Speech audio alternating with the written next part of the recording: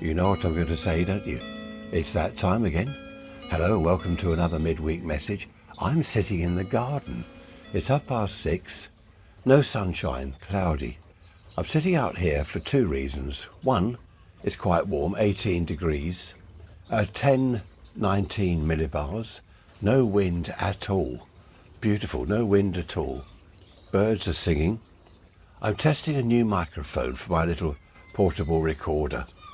It's one of these lapel types, you know, you clip it onto your shirt or jacket or something. And it seems to be working quite well. I'm quite pleased with it. Okay, time to go back inside and make a cup of tea. Very quiet out here. Everyone's asleep, isn't it lovely? I forgot to mention 18 degrees centigrade is 64 Fahrenheit, so not too bad at all. The best part of the whole thing is there's no wind. It really is nice. Very cloudy, but no wind. Talking of the weather, I've just had an alert on my phone. UK to be blasted by 48-hour 26C heat wave. What a load of rubbish. 26C is not a heat wave, it's a nice summer. Why do they keep doing this? Anything over about 22, they say, oh, heat wave, that's it, blasted. Blasted with heat, we're all going to melt. 26 centigrade is a nice summer's day as far as I'm concerned. I always ignore the weather forecast anyway. I think they're all balmy, these forecast people. How are you? I hope you're keeping well. Hope the weather's good in your corner of the world, wherever you are. Thank you for all your emails. Right, where's my list? I've got a couple of things to say here. Hang on. Ian, nice to hear from you from Australia. The price, you know, we were talking about the price of beer, price of a pint, wherever you are in the world. Ian says the price of a schooner of beer during happy hour is $5, so that's Australian dollars. Normally over $8 a schooner. It used to be working man's drink, but it's not now. Well, yes, that's true, Ian. It was a working man's drink, wasn't it? In the good old days. Brent, nice to hear from you. You've had very cold weather in central Washington state. 2 days ago you got frost. The potatoes in the garden look horrible. This is the trouble, isn't it? You start growing stuff, you get a heavy frost, and it's all ruined. And you went to a birthday party and everyone had their winter coats on and huddled around the bonfire outside. Oh, Struth. Where is the summer? Where's it gone? Actually, we've had some really nice, when was it? Yesterday and the day before. Really nice days, so that's not too bad. And you go on to mention the shops that I was talking about, the little stores that people would have in their houses, turn their lounge into a shop. Brent says in Mexico it's very common for people to sell cakes or used clothes on the sidewalk outside their house. You do need a permit, apparently. Suzanne from Germany, nice to hear from you. Glad you're still listening, trawling through all the podcast episodes right the way back from number 1. Where have you got to? April. That's hours of listening, isn't it? Tens, hundreds of hours. There are well over 400 episodes now. I don't know how you do it, Suzanne. How do you do it? You must be fed up with my voice by now, surely. Great, lovely to hear from you. I hope the weather's nice where you are. Just going back to the schooner of beer, I've been looking that up, how many millilitres it is. It seems to be just over half a pint, 0.6 of a pint. I'll try, if I can, later to work out the amount that would be in a pint and what it would, the equivalent cost, if you see what I mean. But I was just reading about it, and apparently visitors to Australia, when they ask for a beer and they get a schooner, they look quite surprised because it's like a half a pint. And obviously here we're used to a pint. Talking of pubs, I've just heard on the television that 239 pubs have closed this year in Britain. What a shame. And apparently, was it yesterday or the day before, on that very day the British pint was 200 years old. How about that? No, not the pint itself, it would have gone off. Pints have been around for 200 years.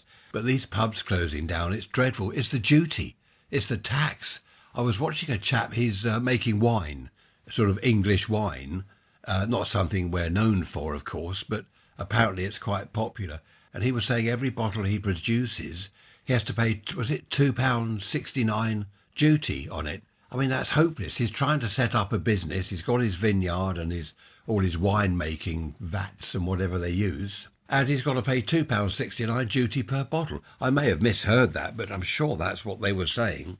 Oh, by the way, I've added a new page to the website, rants.info. It's, what have I called it? Up Next or something. It's what's coming next Sunday. So you can have a look on there and see what's up and coming. And of course, if you want to email me with ideas or comments, rants@protonmail.com.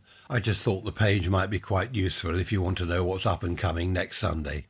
Talking of next Sunday, I'll be chatting about things that we no longer see in the UK. I think I've done something similar before, but several of you have mentioned this recently in emails. What did you used to have that you haven't got now? For example, the old washing machines, twin tub washing machine, single tub. And do you remember the Rolls? It was made by Rolls. They did a twin tub machine, but they did a sort of tabletop dishwasher that you stick on the draining board, stick the pipe on the tap, the drain pipe in the sink. It worked. I think my mother had one years ago, but it was so big on the draining board, it took up all the space and it was noisy. It was quicker just to do the dishes by hand. So I'll be looking back at things that we used to have like that and have now disappeared totally. I wonder how long it'll be before I'm talking about things we used to have and we don't have now, such as pubs. I hope they don't all disappear. Well, they are, aren't they? They are disappearing.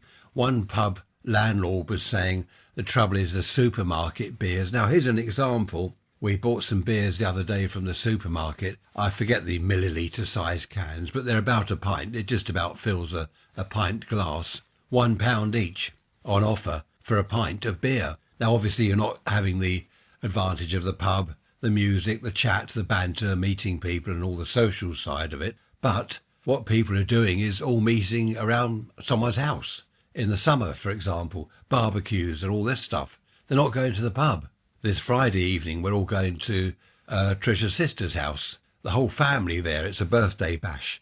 And we're all going there. And of course, we're all buying beer and taking it with us at £1 a pint or just over if it's not on offer. And in the pub, what is it now? Well, London, apparently it can be £12, £13 a pint. Obviously, the pubs have to make a profit. They've got electricity, they've got staff, they've got insurance, they've got business tax and rates and goodness knows what to pay. So they've got to make a profit, obviously, but it's got out of hand. That's the trouble. They should reduce the duty, the tax on the beer, to give pubs a chance. Several of you have contacted me about Trisha talking about food. You love that. Nice to have a different voice for a change. I'll be redundant if I'm not careful. So that's good. Trisha enjoyed chatting about the food. We watch a lot of these old programmes. Well, they're not old programmes, they're modern programmes about old times. There's one called Victorian Farm. There's Edwardian Farm. The way life was then, the food, how they prepared it, what they had to eat. All very interesting stuff. That's where she got the idea of the Woolton pie, where the pastry is made from, flour and potato or something. And you might think, oh, goodness me, I'm not eating pastry made out of potatoes, but it's really nice. When Trish first mentioned it, I said, well, OK, I'll try it, but don't be surprised if I don't like it. And it's wonderful. Look up the recipe. It must be online somewhere and have a go at that. Also, several of you have asked about the coach trips. You want to know a little bit more about that. They were very popular. The South Down office down the seafront.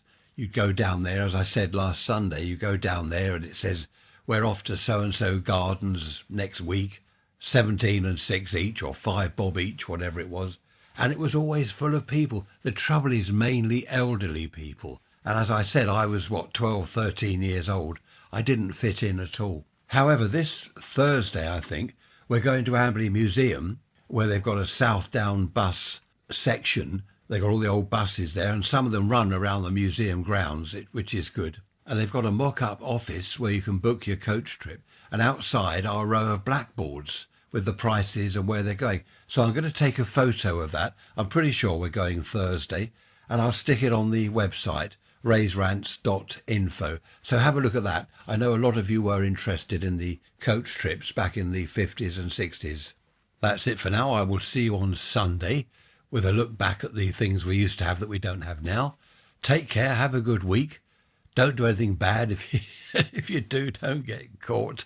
Look after yourselves. Thanks for listening. Bye-bye for now.